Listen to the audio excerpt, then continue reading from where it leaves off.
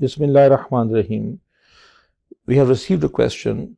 Recently, so and so personality, which the questioner has named, passed away, who did great and good things as well. Now a great debate about whether he was a friend of Allah or a friend of Shaitan, who was good or evil.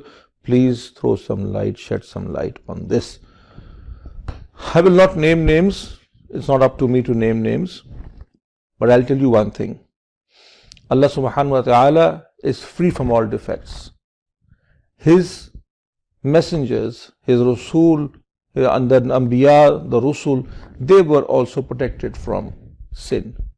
And then they're human beings, all human beings, no one is free from sin. Therefore, especially in today's time, or any time at all, when we like to analyze some personalities' actions, we will analyze them as per the Quran and the Sunnah, and if they have fallen short, and of course they will fall short of that standard one time or the other, let's ask Allah for their forgiveness and let their matter rest with Allah.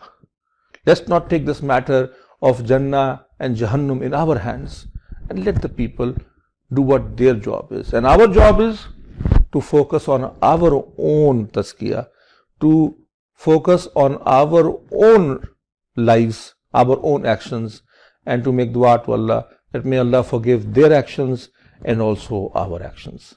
Whatever we do wrong, we will face. Whatever they have done, they will face. Let's bring the debate back to inside ourselves, and let's stop pointing fingers. May Allah bless us and guide us on the right path.